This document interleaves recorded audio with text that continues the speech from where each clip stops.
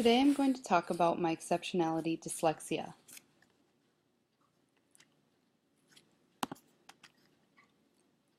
Dyslexia discussion topics will include defining dyslexia, some background basics, signs and symptoms, diagnosis, team members, assessments, how it can affect a person in and out of the classroom, how it can present itself in a classroom, as well as things educators can do to help support students with dyslexia. It is defined as a neurological language-based learning disability, often familial in origin, involving difficulties in acquiring and processing language, that is typically manifested by a lack of proficiency in reading, spelling, and writing. This is often a misunderstood and difficult diagnosis. Up to 14% of the school population is affected by dyslexia, and is affected by reading disorders, and about 8% of this population is specific to dyslexia. It is a spectrum disorder that can affect many varying learning and processing tasks.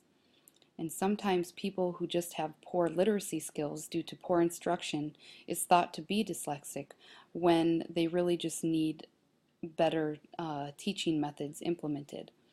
Also, something like a reading disorder such as reading comprehension impairment could be misdiagnosed as dyslexia, when really it has nothing to do with the brain development, but can be remedied with good instruction.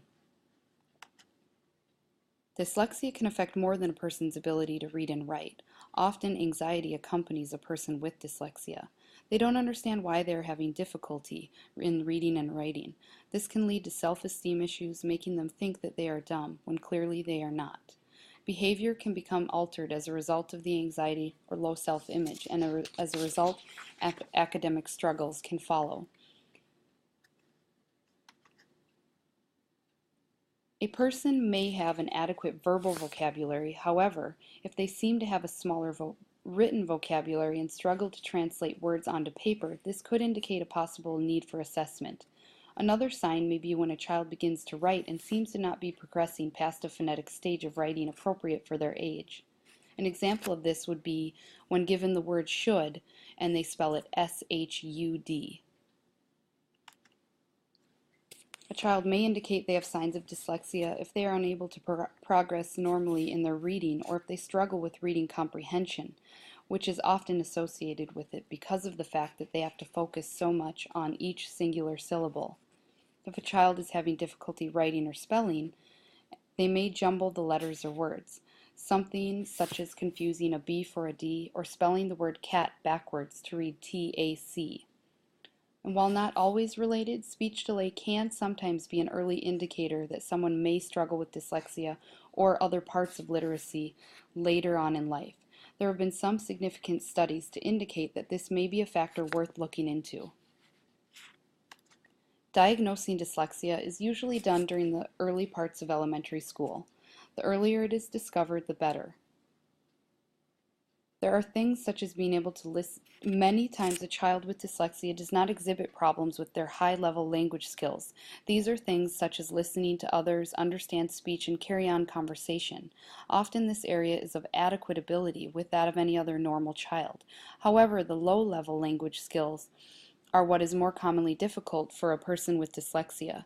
Due to the way their brain develops, tasks having to do with phonological processing, the ability to differentiate between phonemes or speech sounds and separating letter sounds within words can become difficult to break down. This is why it is so often not caught until school age, when children are beginning to experience reading and writing and display these low-level language skills. There also needs to include a team of experts to conduct the assessments for diagnosis. Another important factor in helping determine diagnosis is taking a look at family history. More and more studies are showing that there may be a strong link to family history and dyslexia, and although doctors are seeing some patterns and links, they are still unsure as to why exactly this is the case. Some doctors and language experts, such as a pathologist, can look at an MRI image to help them diagnose dyslexia. When looking at an MRI image, there are some clear differences between a person's brain that has dyslexia versus a non-dyslexic person's brain. You can see that on the right side of the image, which is the left side of the brain, there is significantly more activity occurring in a non-dyslexic's brain.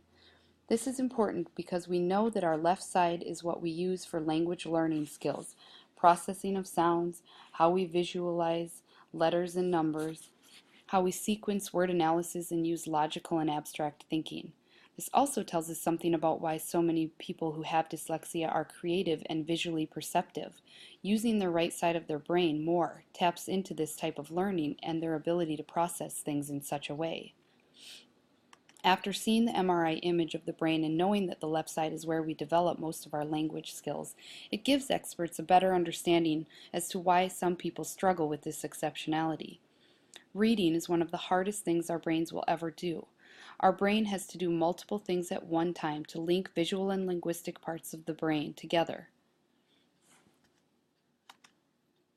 When a diagnosis is needed, a team of people is used to do various assessments. They need to make sure that the tests are indicating that the issues directly relate to dyslexia, or if they could be linked to something else, such as ADHD or an affective disorder like anxiety or depression.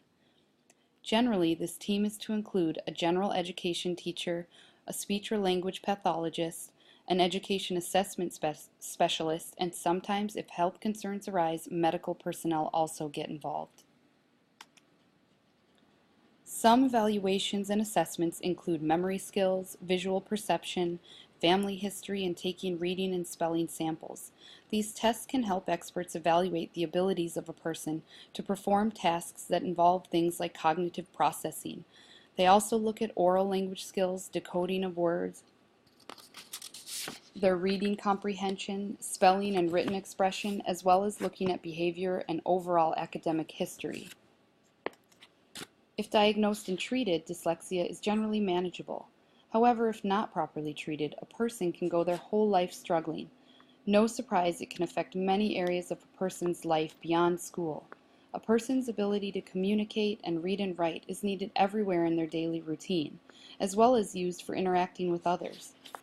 Language skills touch almost all corners of our life, but if someone is not able to use these skills, they can become isolated, anxious, and even depressed. And this can affect our physical and mental health, our relationships, and even our careers. While a child with dyslexia looks like any other child in the classroom, a teacher will notice differences once they've been working with them for a while. Students may seem more anxious when performing tasks that use language skills or during test-taking time. They may even act out during these times. Teachers may also notice a child struggling with self-esteem or depression, which can lead to poor decision-making within their social circles at school.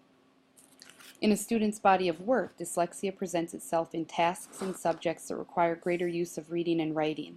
For instance, a student may do fine on a spelling exam if they have had time to study and memorize the words. However, the teacher may begin to notice errors during daily work assignments that don't align with the student's spelling test scores.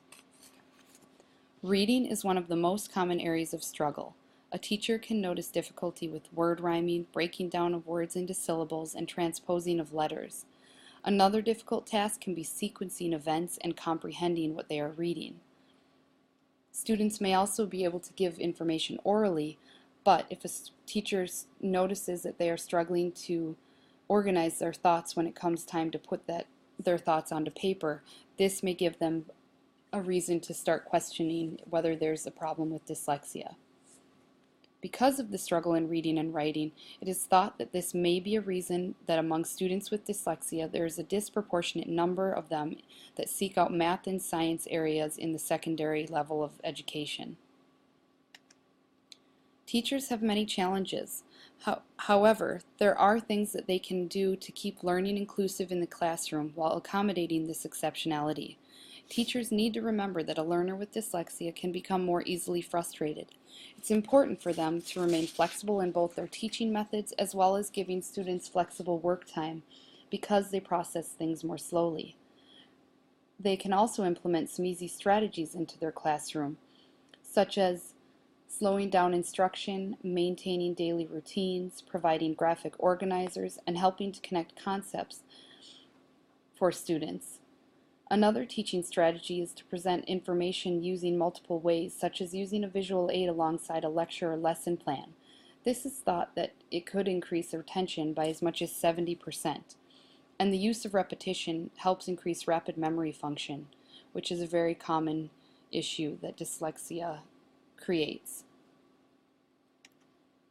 The multisensory approach is an old but still modeled after approach. Orton-Gilliam approach is one of the most common multisensory methods. This incorporates a visual, auditory, and kinesthetic method of practice. What it does is concurrently utilize all three to improve memory and the ability to connect language when a person with dyslexia cannot. It links the visual language, such as writing, with the auditory language we hear and the kinesthetic language that we feel, so that reading, writing, and spelling can all come together. This approach is direct and explicit. Repetition is an important aspect to teaching this method. It has shown that doing this can create patterns and, in a sense, connect pathways in the brain that don't naturally occur on their own. Ways of implementing this in the classroom include, but are not limited to, the use of different colored paper for lessons or handouts that can make learning more interesting and also help visual perception issues. Making games for introducing lessons or review can give students a different way to learn the material. Encouraging small group discussion can give students with dyslexia opportunities to contribute and utilize their oral abilities, which can be less intimidating and frustrating for them, as opposed to doing whole class discussion. Also, starting with an object or picture for writing assessments or using play acting to act out stories can help give students another way to visualize information instead of just reading information.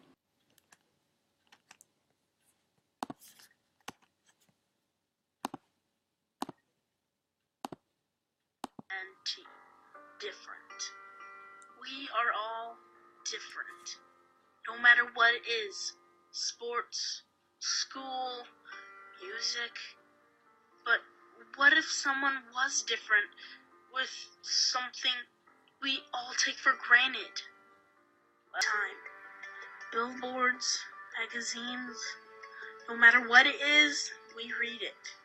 That's why it makes it so hard for someone like me to get through just one day of school. Okay, I need somebody to read the first paragraph on page 432. Let's see. Hey, didn't you have a test today? Yeah. How'd it go? I couldn't read the dyslexia. Dyslexia is a specific learning disability that wires the brain to see better in 3 dimensions than in 2 dimensions. Having this learning disability makes it extremely difficult to read or write. However, whenever there is a loss, there is always a gain falling close behind. This is why such famous people like Henry Ford, Tom Cruise, Thomas Edison, and Walt Disney could be so successful but not comprehend spelling or reading. People with dyslexia are usually very creative and can think outside the box. Even though my learning disability has its challenges, I know that dyslexia is not a curse. It's a gift.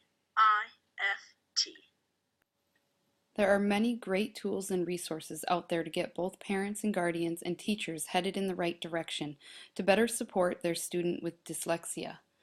One of the best resources is the website ncld.org, or the National Center for Learning Disabilities. This has tons of information to help answer questions with regards to what signs might indicate needing further assistance, organizations in your area that can help, the evaluation process, as well as offering tips for teachers and how to best accommodate students, and providing effective reading strategies for parents, educators, and students, and giving methods of how to monitor student progress using a method called curriculum-based measurement, or CBM. There are also many great mobile apps available to help aid in learning. A few of them, all reviewed by the NCLD organization, are iBooks, Read2Go, and audiobooks from Audio. These apps do things like text-to-speech, options for colors, fonts, and layouts, as well as digital literacy in various formats for e-readers. There are many others included with reviews on the website, so I recommend checking them out. Dyslexia is a complex disorder that affects all kinds of people on many different levels and spectrums. However, with proper diagnosis and treatment, it can be managed and managed well.